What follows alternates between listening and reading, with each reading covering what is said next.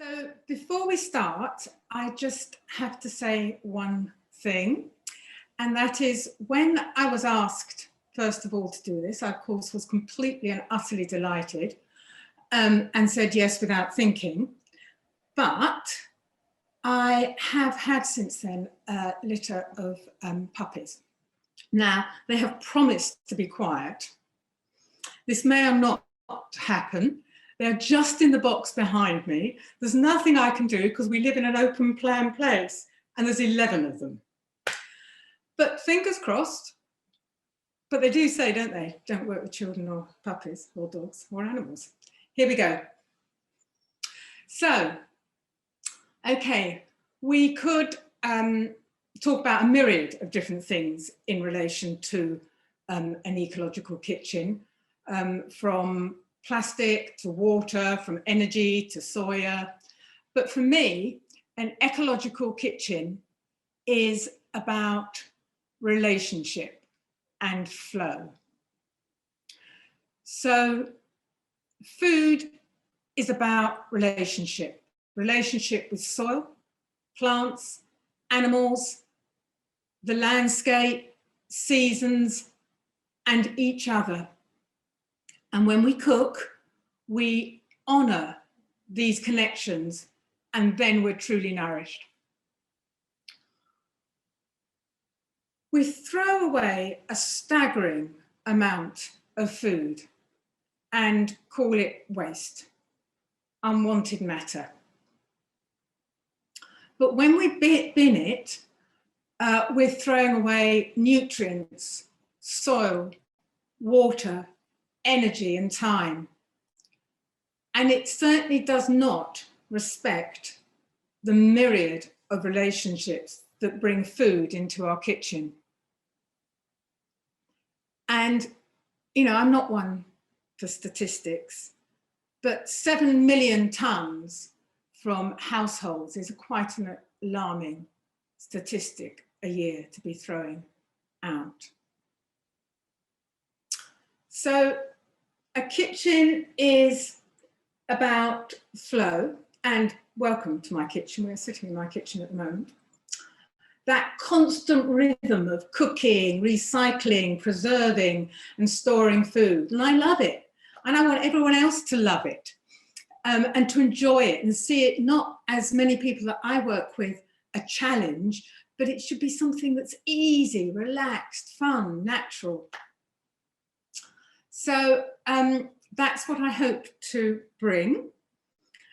An understanding of the importance of relationship within the kitchen and food, and the need for flow within the kitchen. And February is a really, really interesting time of year in my kitchen because it's got a rhythm all of its own for me.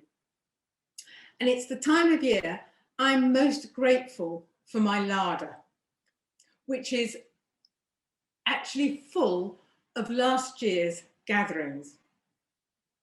And what I'd love to be able to do is inspire you to preserve something. You know, I probably, in the height of the summer and the autumn, preserve something every day. That might be a bit challenging for some people. So maybe once a week, maybe once a fortnight. That's all right. And as spring approaches and all the wonderful green shoots start coming through, now's the time to start your first preserves with the wild garlic and the nettles. And I haven't actually managed to work out how you operate Zoom to do, you know, go take you around the kitchen. So I did a 1-minute video. I took everything out my larder, put it on the table, and I did a 1-minute video of all the things from my larder. And I thought you might like to have a quick look at them. And then possibly, if anything springs to mind and you want to have any questions now about things we can be making and storing in the larder, you could put them in the chat. But let's have the first little video, Pri. Let me share that for you.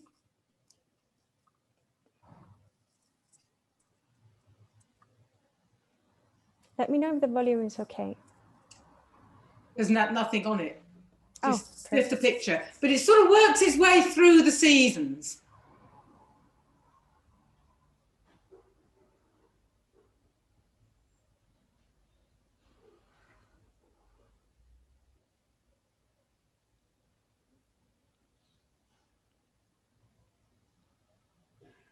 I can't.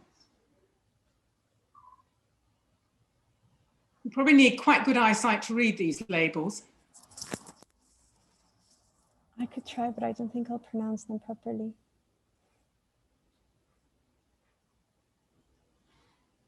Those are my two favorite liqueurs, walnut and hazelnut.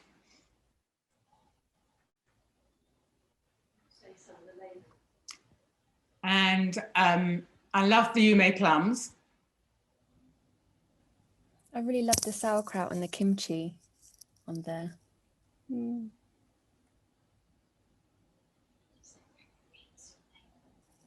Rosehip, pickled Chinese artichoke, beetroot powder, apple and sage, beautiful fennel, rosemary chutney, milk thistle, gorgeous. So those are what I've brought out of my larder. And what I love is it's a palette of inspiration for me. It's always there and it gives you something to eat, something to share, and a gift as well. But it also, I feel, in the winter months, lets you eat quite simply. So you could have a grain or a vegetable, just a simple dish of them. And they're enlivened by the sparkle of those ferments or those powders or those sauces. Of course, there were a couple of alcoholic ones in there as well. So that's quite enlivening too. So I don't know if there was anything that anyone saw in there and they go, oh my goodness, what's that? How do we do something with that? But if not, I'll move on. Were there any questions? There was a question from Elizabeth about what do you do with vine leaves? Sorry, say that again. There was a question from Elizabeth about what do you do with vine leaves, and from Anna about what do you use nettle powder for?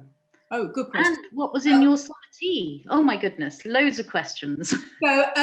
So the vine leaves to make dolmas, you know, just use it as a leaf that you can wrap up something and bake it. So that's what I use the vine leaves for.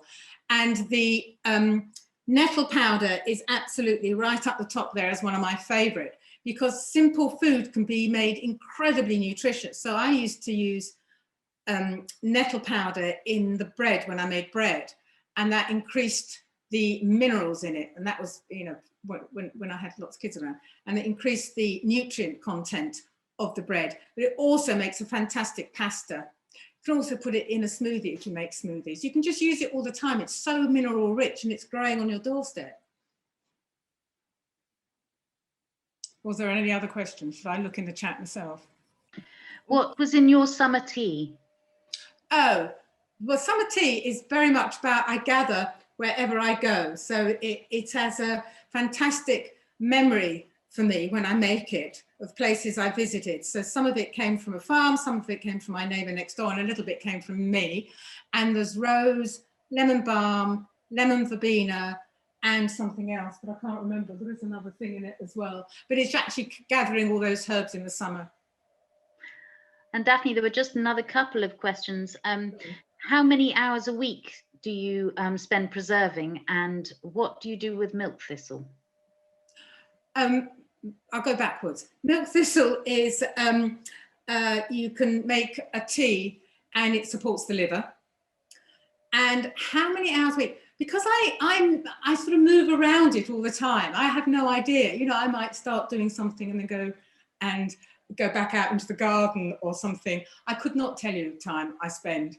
And it's very easeful and it's not complicated. So I might gather some herbs and just hang them up to dry. That only takes 5 minutes, isn't it? I might infuse a vinegar with some herb, and that's only going to take a couple of minutes. So, or I might start a really complicated kimchi. Just depends on my mood.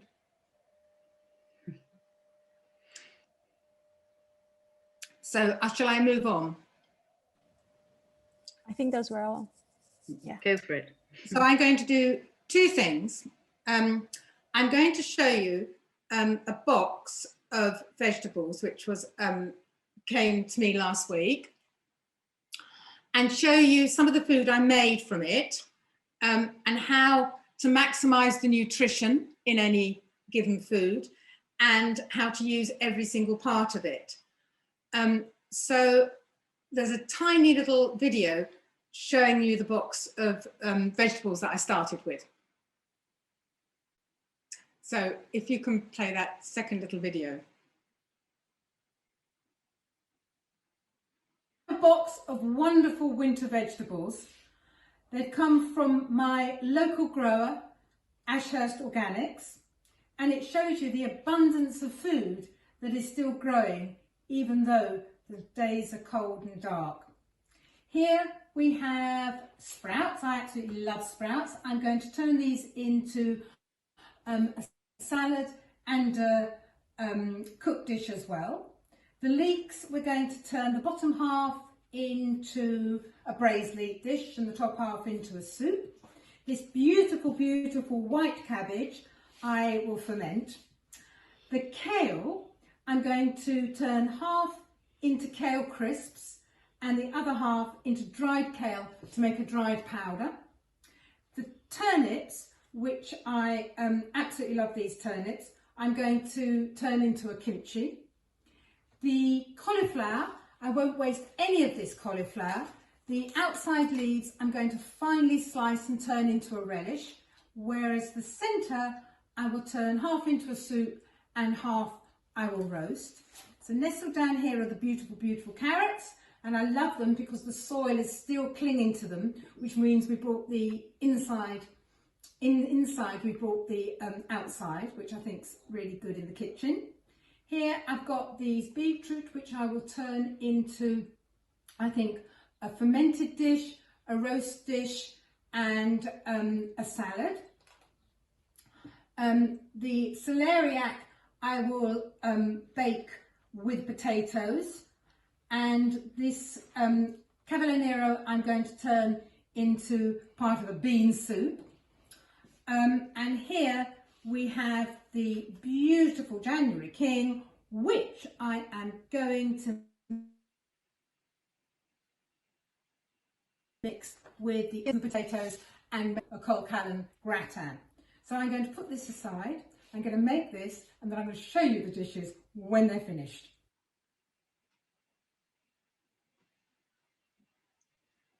So I haven't done exactly what I said I would do. I sort of got carried away when I got the box of vegetables and remembered that I don't cook for large numbers anymore. And I was slightly alarmed that I was going to suddenly have a table full of food and not sure what to do with it, seeing I'm here by myself at the moment.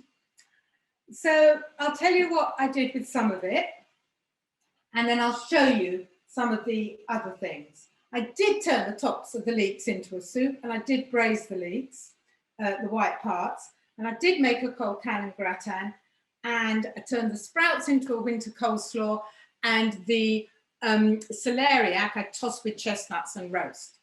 And then I gave all that away because obviously I couldn't eat it all. But here are some of the dishes that I can share with you. And the first one is the beetroot.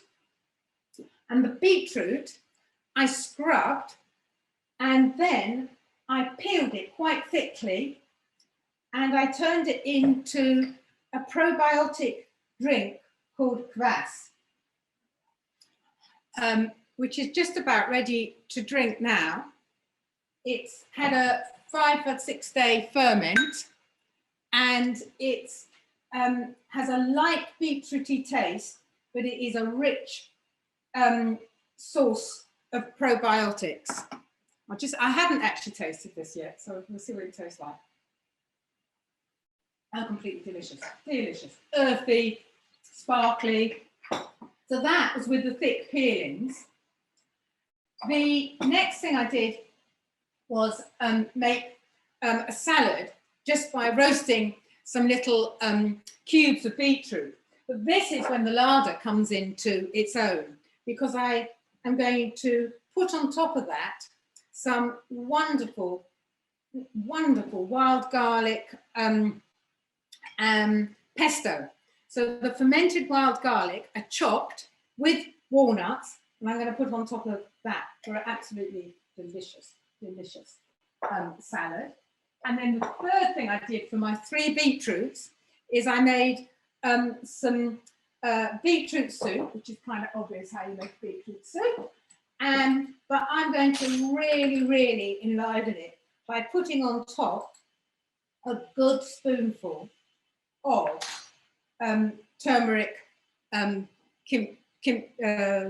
sauerkraut. And it's beautiful, the red with the yellow, and the combination of tastes when you eat it, slightly earthy, slightly sweet, slightly sour, is fantastic. So that's what I did with 3 beetroot. The cauliflower, I didn't turn into 3 dishes. I packed every single bit of it into a jar, and I've put on a kimchi flavour sauce and allowed it to ferment for 5 days, and it's ready to eat now. But you can store it in the fridge for considerable more time. But you could eat that now. The carrots, I ribboned the carrots, and then I put them into a brine with some coriander seeds and some fennel from the garden. And these are beautiful, laced through salads and grain dishes. I don't know whether you can see them because they are so very, very beautiful.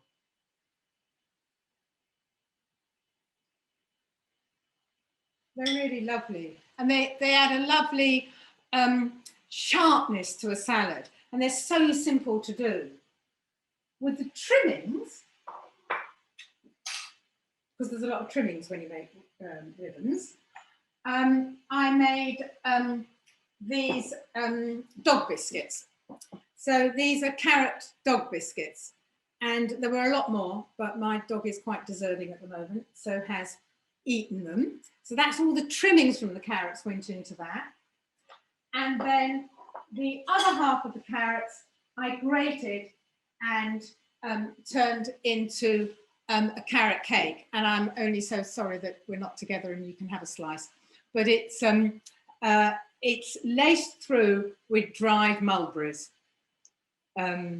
So it's a carrot and mulberry cake.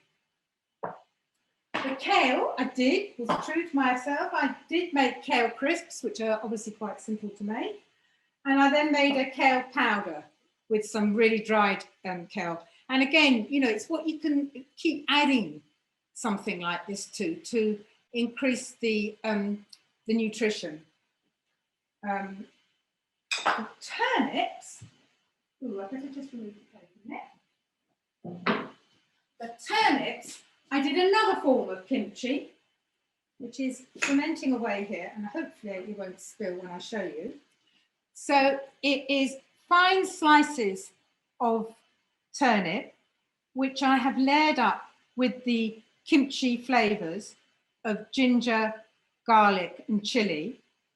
Generally, they put a fermented fish sauce in, but I don't use the fermented fish sauce. But to give it that slight flavour of the sea, I've used some seaweed instead of the fish sauce and layered it up. That will ferment probably for about 10 days. Just keep it submerged all the time, and then you can close the lid and pop it away on the larder shelf. And then with the white cabbage, I made the sauerkraut. So these are all ways of increasing the nutritional value of something. So, cabbage and kale and beetroot are all fantastic nutrition by themselves, but actually by fermenting them, you add, you break down the proteins and carbohydrates, so actually make more of the minerals bioavailable, but you've also added the lactic bacteria. So it's a great thing to do, and that's really simple. It's really, really simple and pleasurable to go to a larder and just find these all sitting along the shelf. Then finally, with all my leftovers, I made, and you could use something like a slow cooker or a pressure cooker to do this, which will be more energy efficient than using this saucepan. I made a collagen support tonic broth. So I don't know whether you can see, how do I hold that? Can you see that? And so I had all my things like the onions and the cabbage and the celeriac. And to that, to actually bring out the flavour, I added some ginger and turmeric, which is also anti-inflammatory, and some shiitake mushrooms from my store because I dried them last year. And then I slowly cooked it, and you've got this amazingly potent broth. And you can actually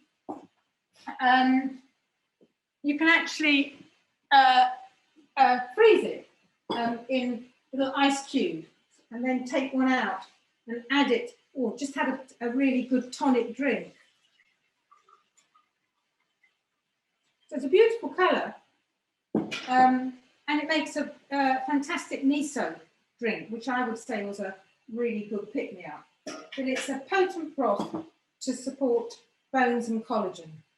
Really, really, really good to have. So that's what I made from my basket, and I just like my box. I'd just like to show you. This is what, off that box, this is all I've got left. I've got 2 sprout stalks and a few tiny, tiny trimmings that I haven't used one way or another.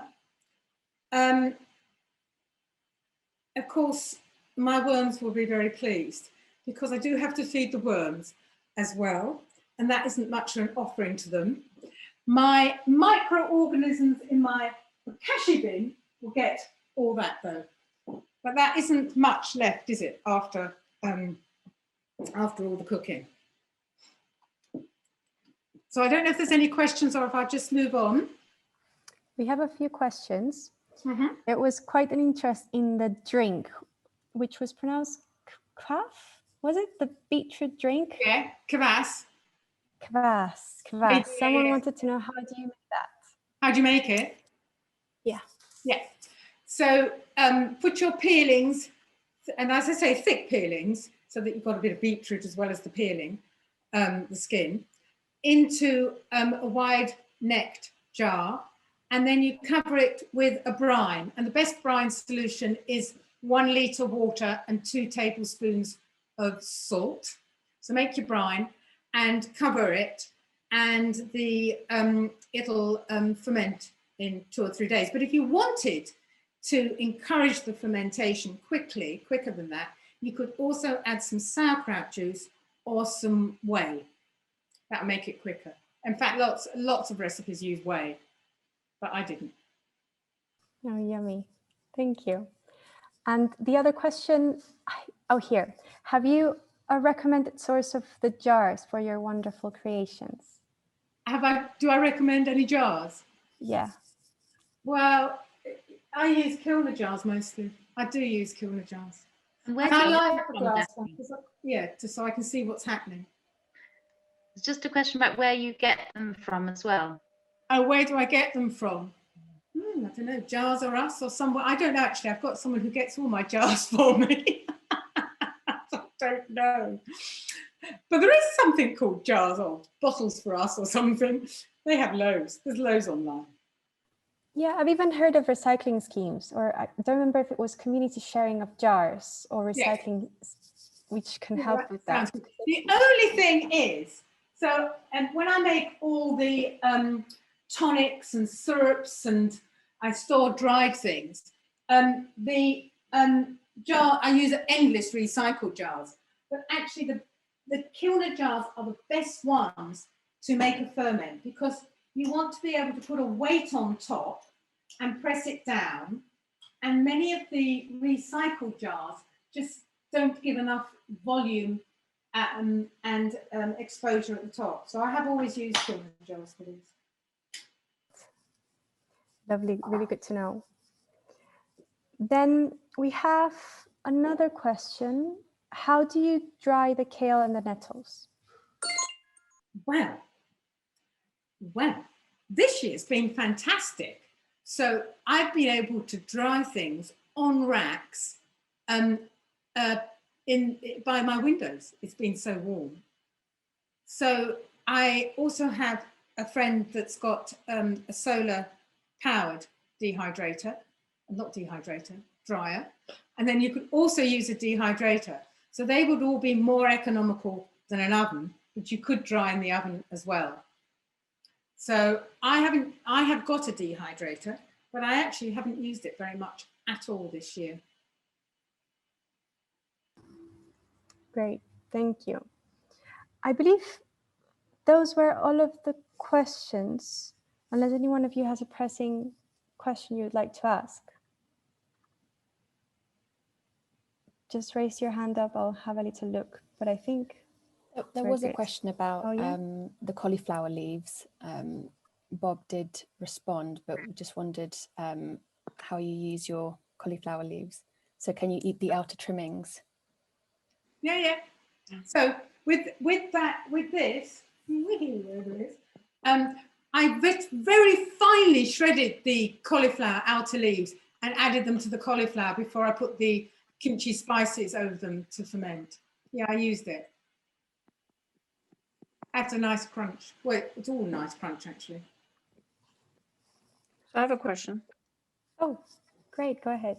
My quick question is, thank you, first of all. I love food and I came in a bit late.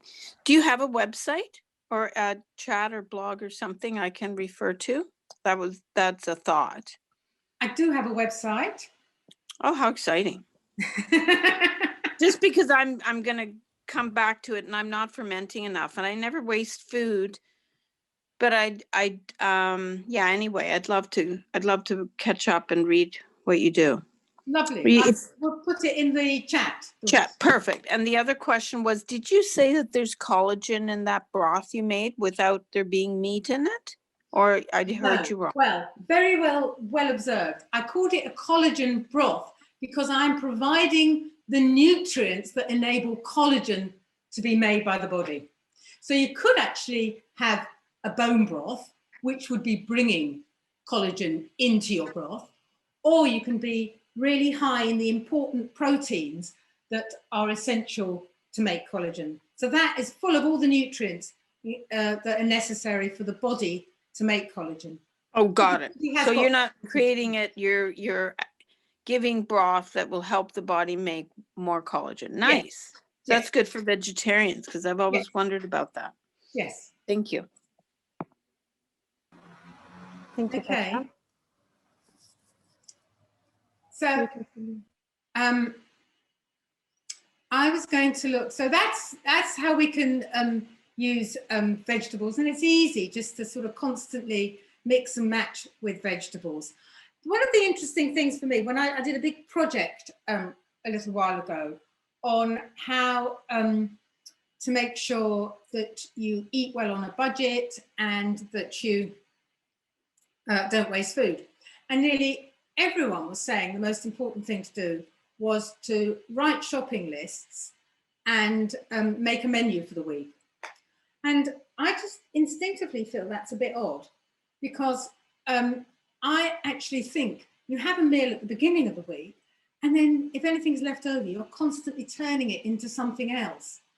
And the idea that you've got to stick to a menu plan, I find very rigid, but I don't know what anyone else thinks about that.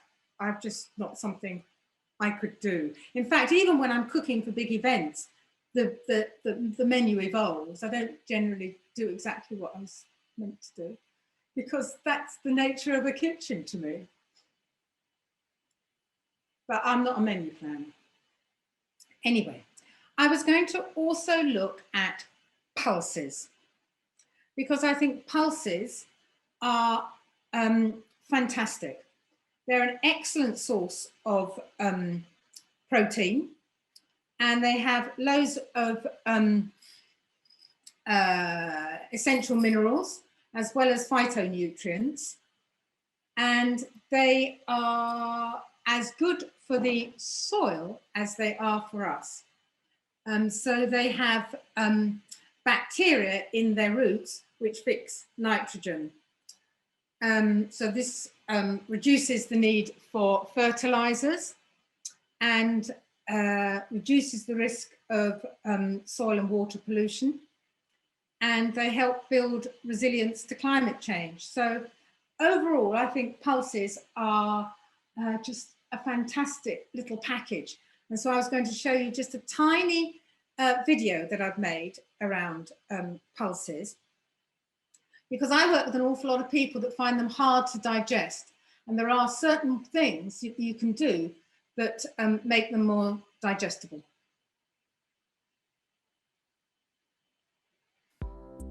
Chickpeas are one of the most popular and widely grown legume. It's very exciting that chickpeas are now being grown in the UK. These are growing in Norfolk for hodmedod. Chickpeas, dried or as a flour known as gram, have been central to numerous food cultures for thousands of years. They're an excellent source of plant-based protein.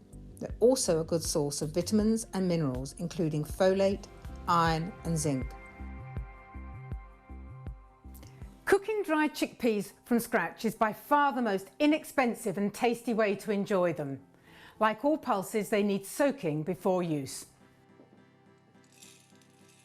Place your chickpeas into a bowl. For every 200 grams of chickpeas, add a pinch of bicarbonate of soda. Cover with water. Leave the bowl at room temperature for 18 to 24 hours. When they have finished soaking, drain, rinse well, and they are ready to cook with. But never use the soak water to cook the chickpeas. Soaking chickpeas reduces the level of phytates that can impair mineral absorption. Soaking also inactivates protease inhibitors and lectins. Another benefit of soaking is the reduction in cooking time, so this very simple process also saves on energy. Chickpeas can be turned into some fabulous plant-based protein dishes, including chana masala, falafel and hummus, served here with red sauerkraut, and they are a great addition to salads. Lentils are probably the oldest of the cultivated pulses, and there's a wide variety to choose from. Aside from protein and fibre,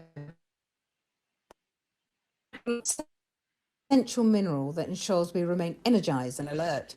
Zinc, vital for robust immune system. Folate, which helps support the creation of red blood cells and is critical to proper nerve function, as well as potassium, which is required to activate neurons involved in positive thoughts and feelings. An excellent way to prepare lentils is to sprout them. Sprouting makes the beneficial nutrients in lentils more bioavailable. The active enzymes in germinating seeds aid digestion and assimilation of nutrients, placing less of a burden on the digestive system. Choose a large jar and a quart of fill with your chosen whole, not split, lentil.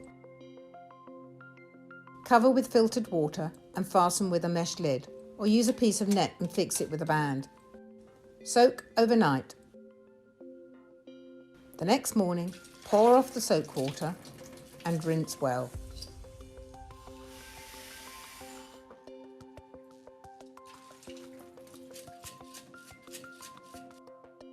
Turn the jar upside down and let it drain. Rinse the sprouts daily, but make sure you keep them moist, warm, room temperature's fine, and well drained. Once the sprouts are ready, after say a couple of days, strain through a colander and wash them thoroughly.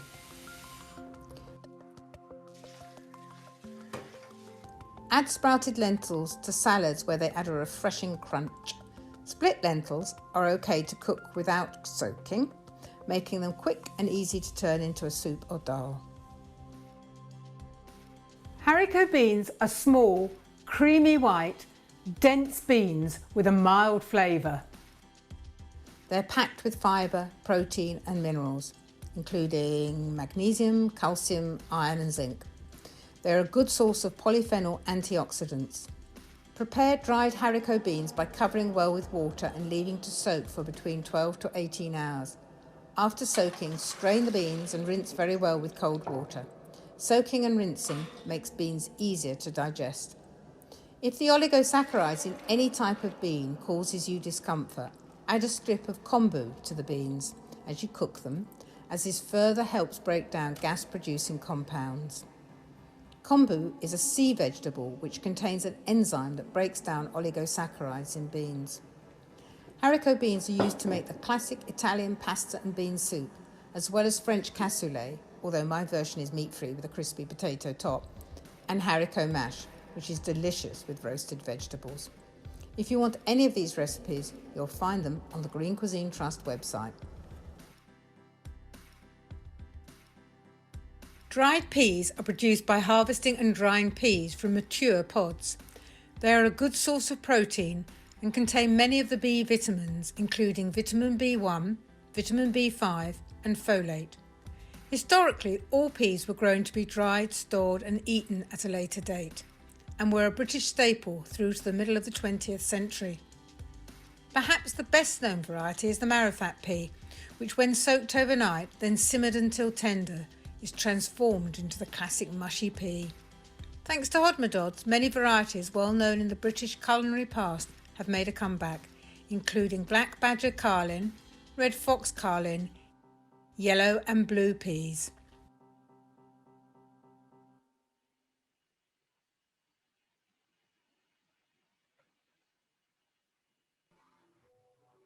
I'm so hungry after that video. Such a wonderful video. Thank you, Daphne. Would you like to take some questions now? Yes, but I just thought I'd show you one step further, which is an incredibly fantastic thing to do with children.